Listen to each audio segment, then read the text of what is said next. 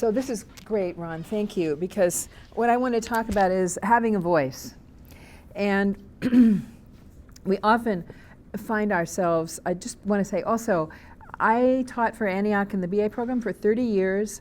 I love this community. I had marvelous experiences with many students over the years, and the faculty community was also really important to me. And we have tried over these years in many ways to make sure that the faculty voice and the staff and student voice was heard.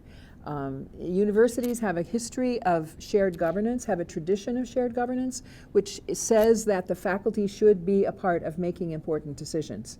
And we have tried that vehicle for a while. We're now working through the union as a way to have a faculty voice be stronger. So how do we get this? How do we get a voice? How do we find that? Well, sometimes we all find ourselves in situations where we want to make a change, but we don't feel like we can. We feel like, well, other people have the power. What could I possibly do? It can get sort of depressing sometimes. And even African Americans in the South, whom we think of, who we honor for their work in the civil rights movement, sometimes people felt that way. Joanne Robinson was an English professor in Montgomery, Alabama back in the 1950s, and she talked about how she had had a terrible experience on a bus by being really insulted and kicked off of a bus by a bus driver. She said it made her feel so depressed and humiliated she didn't want to talk about it for a while, for a long time after that. And she, in a sense, had lost her voice.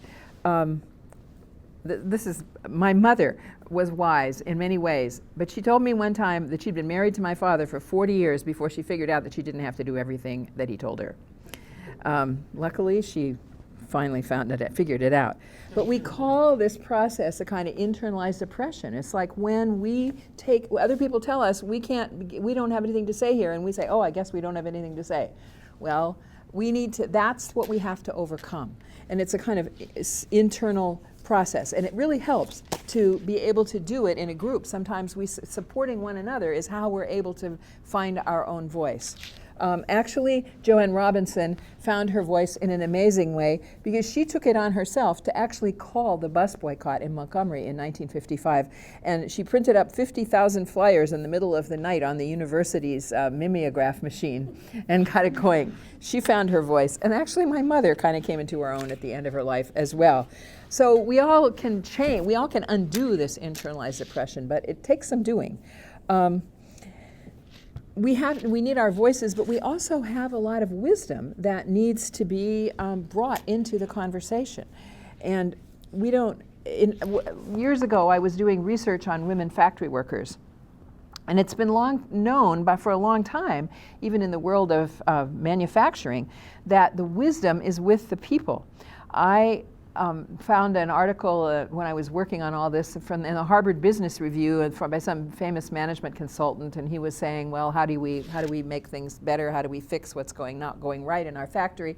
And his advice to everyone was, go down and talk to the people on the shop floor.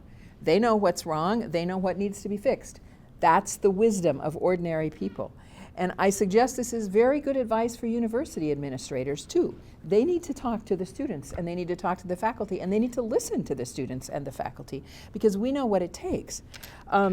It's horrifying to me to think that to try to work with students in a situation where there's no private offices. I mean, I had many years of talking with students, and sometimes we did have conversations that we could have in a more public place. But there were many times when I got up and shut the door to my office because students started to talk to me about things that were very powerful and important to them, sometimes very personal things that were getting in the way of their education, and they wanted to share them so we could figure out how they could go forward.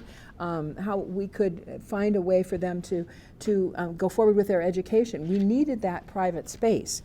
So how come the administration hasn't heard this? Haven't they listened to the faculty? Haven't they listened to the students? Sometimes they'll tell us that they don't have enough money. But we have to really be ready to challenge that too, because the question is, there's always money. Where is the money? What is the money for? You know, the university has moved, as Don says, to spending a lot of money on administrators and not so much on the faculty and students. And so, in fact, I've been thinking about this situation here, and we know that our administration just sold this building for $26 million. That is a lot of money. And they may owe something on the mortgage, but they don't owe that much on the mortgage. So where is that money? I mean, if they took, after they pay off the mortgage, if they invested that, and what they need to do with that money is to have the money available to pay the rent on the new building, the investment, the income, the investment income from that money. There's plenty of money there. Now, they may want to spend it on themselves and their friends. I think that there's a tendency in that direction. But if it's going to mean we don't have the space that we need in order to have the kind of education that's important for us and for our students, that's too high of a price to pay. So we need to find our own voice, we need to trust our own wisdom, and we need to speak out. And sometimes we need to speak by our actions, which is what the sit-out next week is, to really say to the administration, you know, this is what it's like if we try to conduct all our business in the hallway. It's not pretty.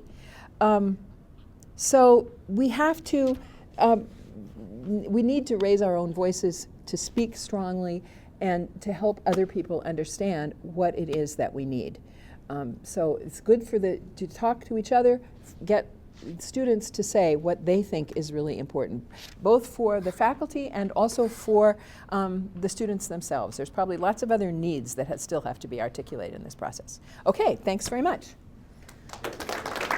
Sorry.